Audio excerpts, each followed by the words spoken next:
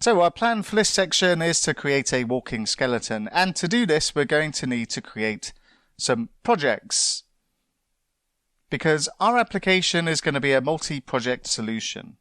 And whether you're using Visual Studio the full version, whether you're using Visual Studio Code or Project Rider from JetBrains, I would still recommend using the .NET CLI to create the projects as I'm going to demonstrate here.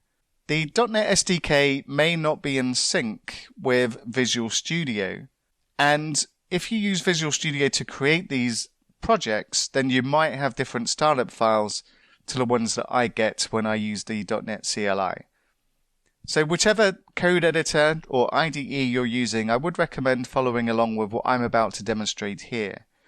And what we're going to make use of is the .NET CLI. So inside a terminal or a command prompt window, I'm just inside my demo folder, and this is just an empty folder at the moment. It's got nothing inside it, and this is our starting point, just an empty terminal window.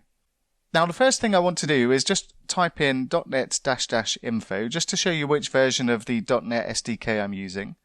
I'm on version 2.2300 of the SDK, which includes the .NET 2.2.5 runtime. Now, as I mentioned earlier, .NET Core, even though it's only on version 2, is quite a mature framework really, because it's based on the original .NET framework, which has been around for many years. So even though the version numbers will go up, it's highly unlikely that we're going to experience any breaking changes between the code we write now and whatever's coming in version 3. And from looking at the preview, there is hardly any changes between the web API and what we're doing now. And certainly not any breaking changes.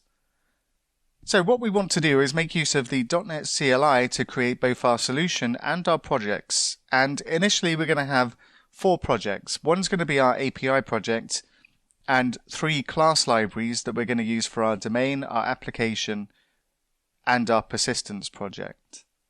So let's go ahead and create this. And first of all, I'm going to create a new directory called Reactivities.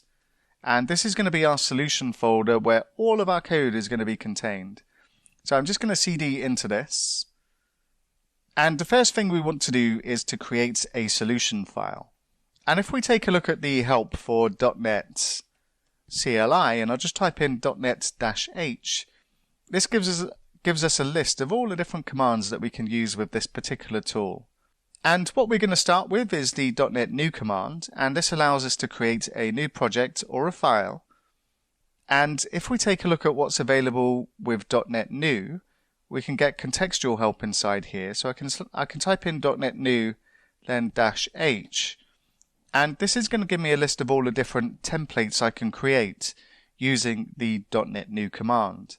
Now, one of them is a solution file, and this is the first thing we're going to create. And then we've got different types of projects that we can create using the .NET CLI as well. Now, we're going to be creating a web API, so we will be using this to create a new web API project.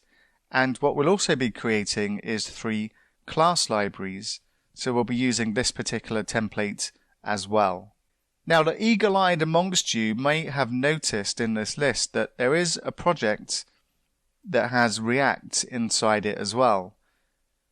And you might be wondering why we're not going to use this to create our React application alongside our web API application. And we don't want to use this because this is a different type of project. This is more equivalent to an MVC type of project, which includes the model view controller.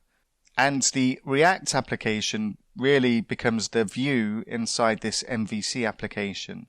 And what this really means is that our React application is tightly coupled with our web API application. And that's not really what we're trying to achieve here. We're going for full separation of concerns. And our API is going to contain the endpoints that we use from our React application, but that's the only connection they're going to have with each other. They're going to be completely separate entities in our application. And what we also want to do is use the React specific tools to create our React application, rather than using a Microsoft tool to create a React application. So that's my reasoning for not using this particular template to create the React app. And what we'll do is we'll go ahead and first of all create our solution file, and then we'll create our projects. So I'm just going to say .NET new, and the first one we want is our solution file.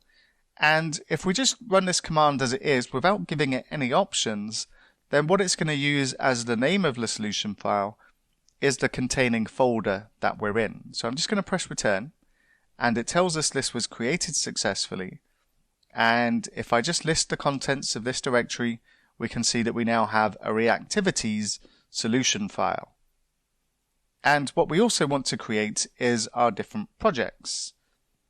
And we'll start with the domain project. So what I'll do is I'll say .NET new, and it's going to be a class library. So we'll say class lib, and we need to give this a name because we don't want it to take the containing folder as the name of the project we're creating here.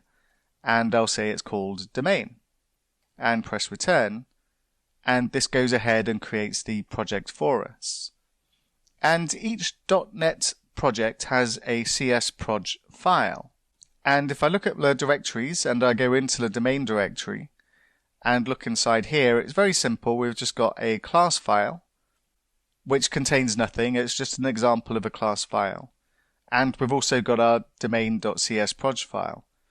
And there's also an obj directory as well. So I'm just going to go up a level. And what I'm going to do is I'm just going to repeat the .NET new command for a new class library, and I'm going to create one called application. And this particular class library is going to contain all of our business logic. Everything else in our application is going to be relatively dumb, and all of our logic is going to be contained in our application project.